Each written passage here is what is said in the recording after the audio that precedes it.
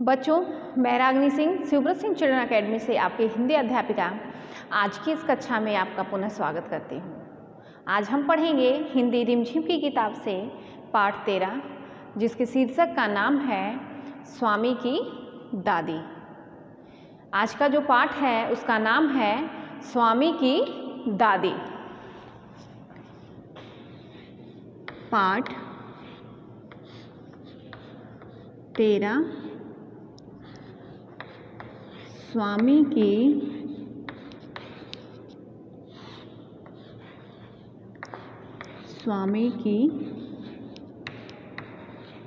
दादी।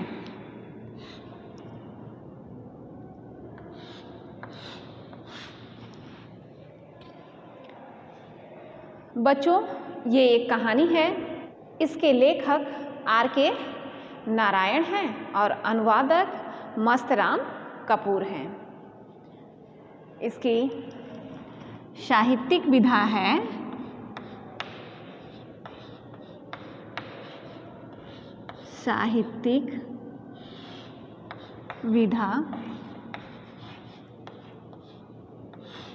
है कहानी,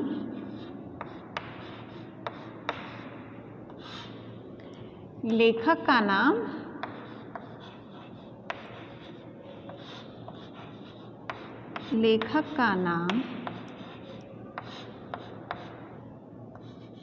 R.K.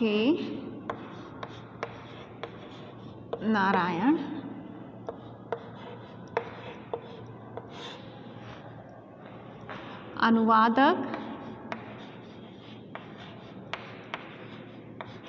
अनुवादक मस्तराम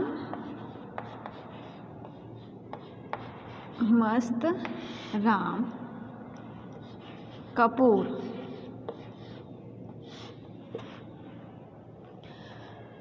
साहित्यिक विधा कहानी, लेखक का नाम R.K. नारायण और अनुवादक मस्तराम कपूर। तो बच्चों, आज का जो पाठ हम पढ़ेंगे वो एक कहानी है। कहानी एक दादी और पोते की है। इस कहानी में दादी अपने पोते की बातों को बड़े ध्यान से सुनती हैं और उसकी बातों से बहुत खुश होती हैं। और एक तरफ दादी और पोते में दोनों लोगों में अपनी बात रखने की होड़ भी होती है कि कौन सबसे पहले अपनी बात कहे। इसके बाद बच्चों, आइए हम जानते हैं पाठ की कहानी का सारांश। कहानी शुरू होती है दादी के कमरे से। दादी का कमरा कहाँ है? बैठक और भोजन कक्ष के बीच में।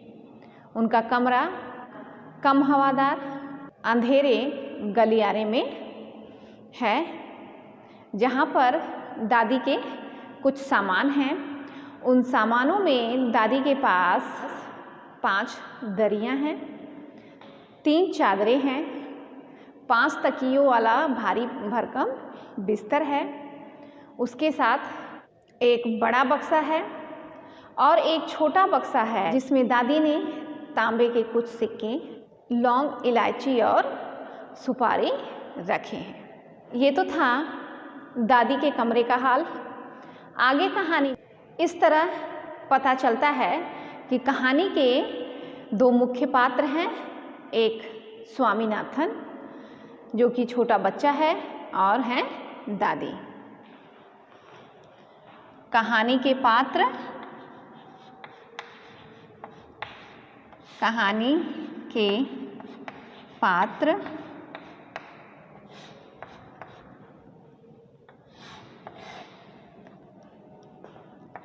पहली दादी, दूसरा स्वामी नाथन। इस तरह कहानी के 2 मुख्य पात्र हैं, एक दादी और दूसरा उनका पोता स्वामी। कहानी में जिक्र आया है स्वामी के दोस्तों का, जिनका नाम है राजम और मणि। साथ ही साथ स्वामी के दादाजी, जो कि एक रौबदार सब मजिस्ट्रेट थे, और दूसरी उसकी बुआ। ये तो है कहानी में आए हुए पात्रों के नाम। अब हम जानेंगे कहानी के सार को। कहानी शुरू होती है रात के भोजन के बाद स्वामी अपनी दादी के पास सोने के लिए जाता है, जहाँ पर उस कमरे में जहाँ पर लौंग इलायची की खुशबू है, उस खुशबू में भी वह अपने आप को बड़ा सुरक्षित एवं प्रसन्नचित्त पाता है। दादी की गोद में लेटने के बाद स्वामी अपनी बातें शुरू करता है, जिसमें वह बताता है कि कैसे राजम और मणि में पहले दुश्मनी थी और किस तरह फिर दोस्ती हो गई। स्वामी ने कहा, दादी आपको पता है राजम के पास पुलिस की वर्दी है? तो दादी ने कहा, सचमुच राजम के पास पुलिस की वर्दी है? स्वामी ने कहा, हाँ दादी, क्योंकि उसके पिता पुलिस अधीक्षक हैं। तो दादी बोलती हैं, तब तो उनका बहुत बड़ा ऑफिस होगा। स्वामी बोलता है, हाँ दादी।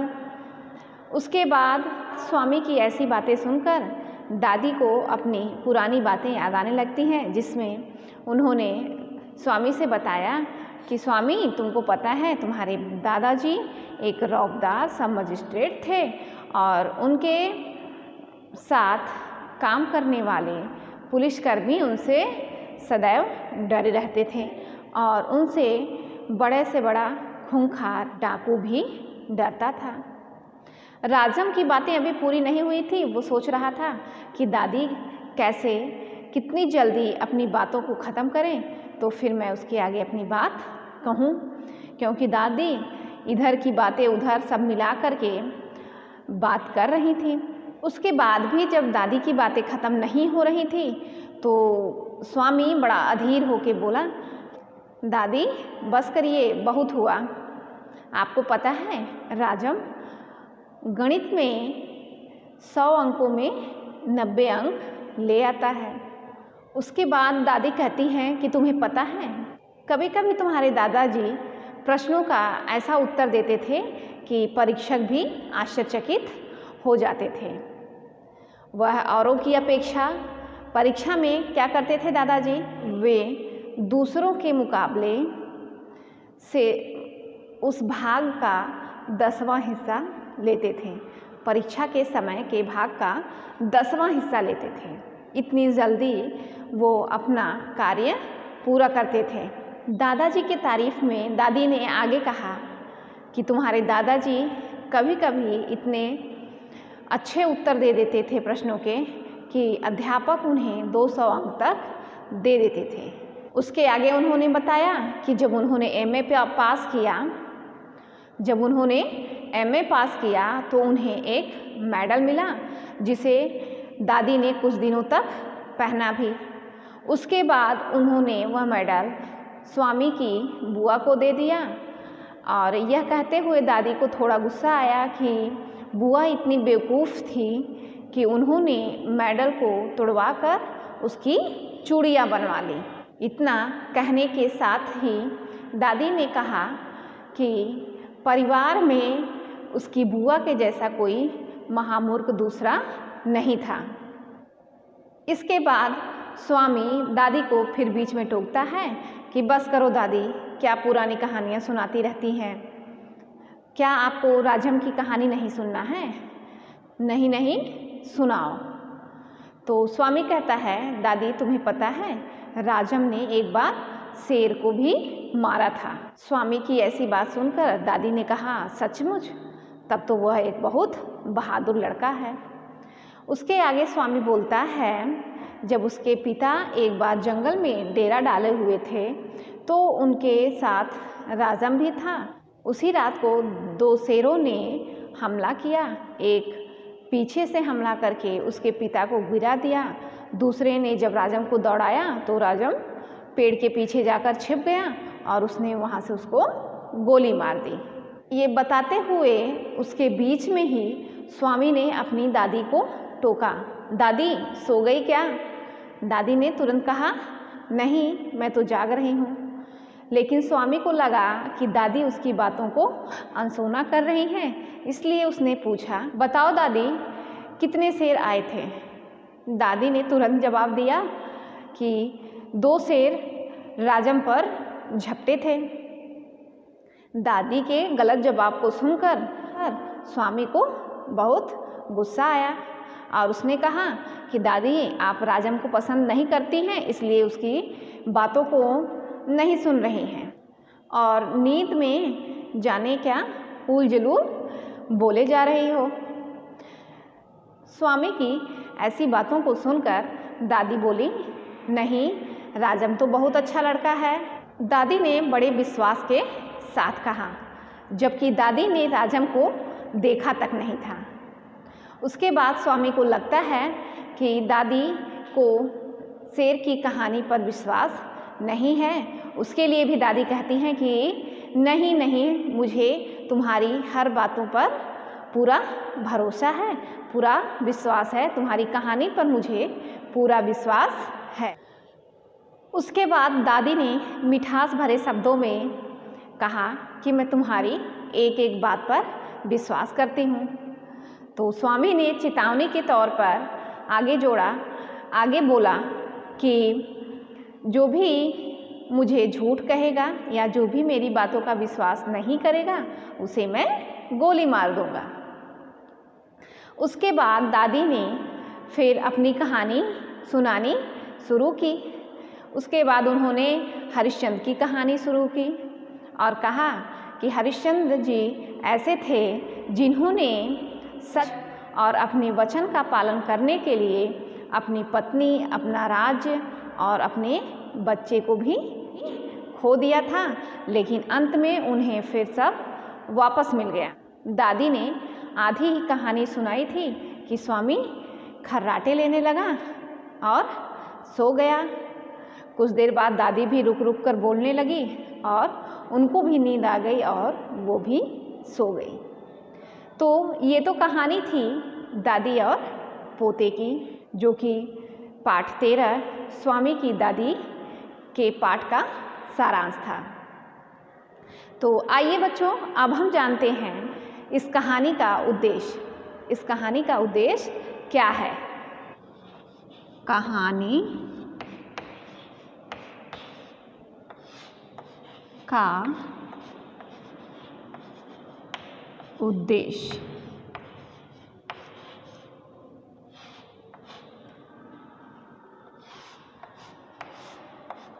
स्वामी की दादी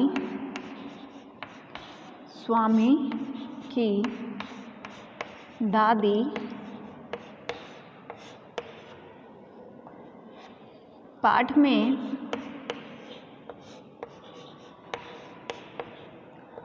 में कहानीकार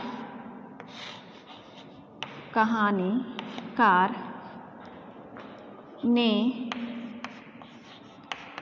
बताया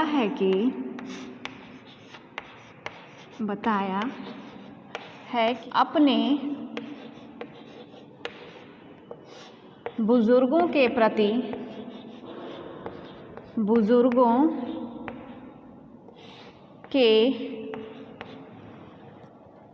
प्रति आदर और सम्मान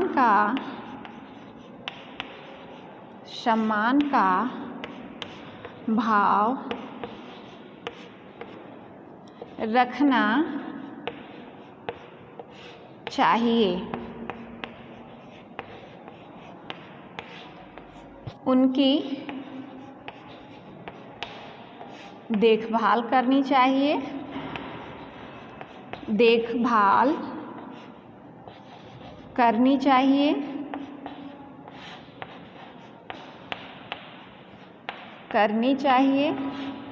उनके सानिध्य में रहकर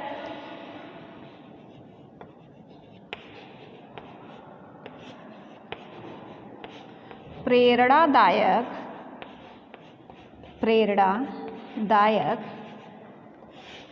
कहानियों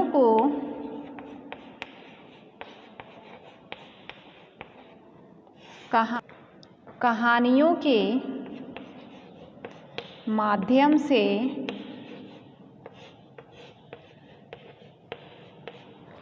से स्वयं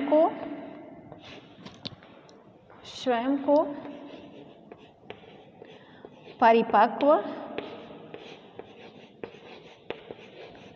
परिपक्व बना सकते हैं और साथ ही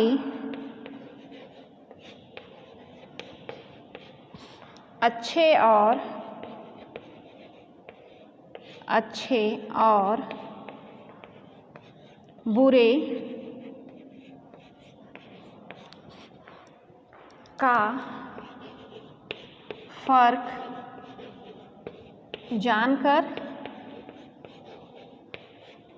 अपने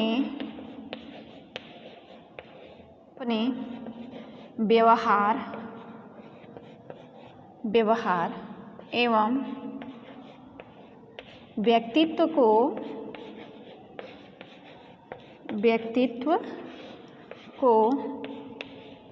बेहतर बना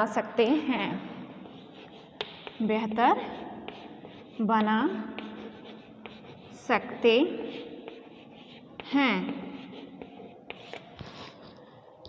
स्वामी की दादी कहानी का उद्देश्य यही है कि अपने बुजुर्गों के प्रति हमें आदर और सम्मान रखना चाहिए, साथ ही साथ उनकी देखभाल करनी चाहिए और उनके साथ रहकर, उनके निकट रहकर हम अपने आप को समझदार एवं परिपक्व बना सकते हैं, अपने आप को समझदार बना सकते हैं, गलत सही फैसला लेने के योग्य बना सकते हैं, साथ ही साथ अपने व्यवहार एवं व्यक्तित्व को बेहतर बना सकते हैं।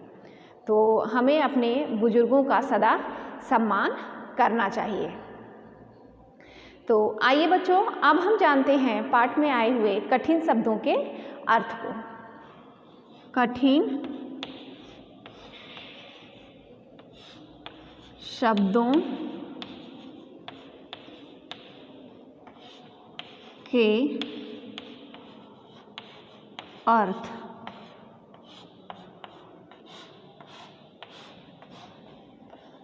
शब्द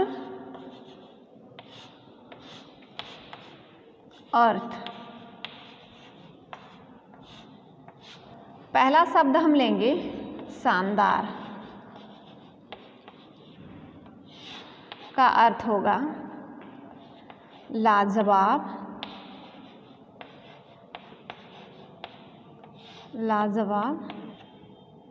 बहुत अच्छा, बहुत अच्छा। दूसरा खूंखार, डरावना,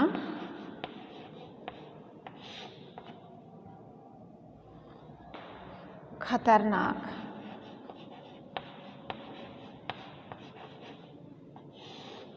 तीसरा हम लेंगे अधीर, जिसका अर्थ होगा बेचैन। चौथा शब्द हम लेंगे दफ्तर। दफ्तर का अर्थ होता है ऑफिस या कार्यालय। ऑफिस या कार्यालय।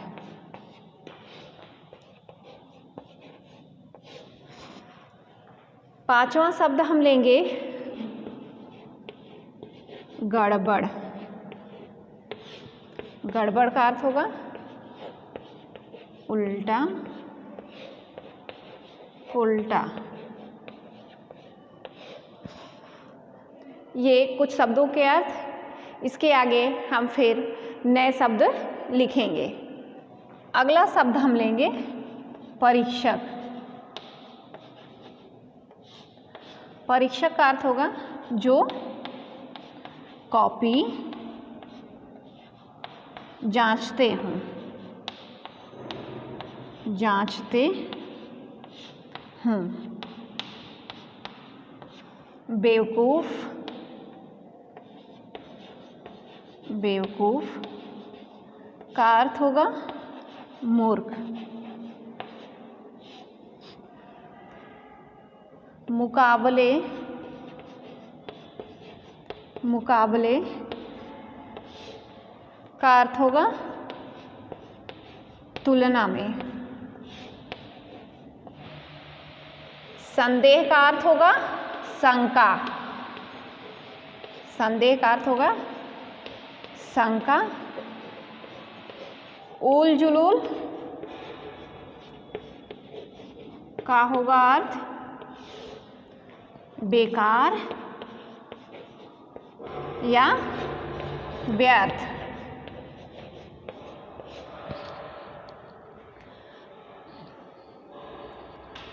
तो बच्चों, ये तो थे पाठ में आए हुए कठिन शब्दों के अर्थ। तो आज की इस कक्षा में हमने जाना पाठ के सारांश को, पाठ के कहानी के उद्देश्य को और कठिन शब्दों के अर्थ को। मुझे उम्मीद है कि आप लोगों को ये पाठ अच्छी तरह से समझ में आएगा। अगर कोई परेशानी होती है तो आप लोग हमसे ज़रूर पूछेंगे। तो आज के लिए बच्चों बस इतना ही। अगली कक्षा में हम फिर मिलेंगे नए शीर्षक के साथ।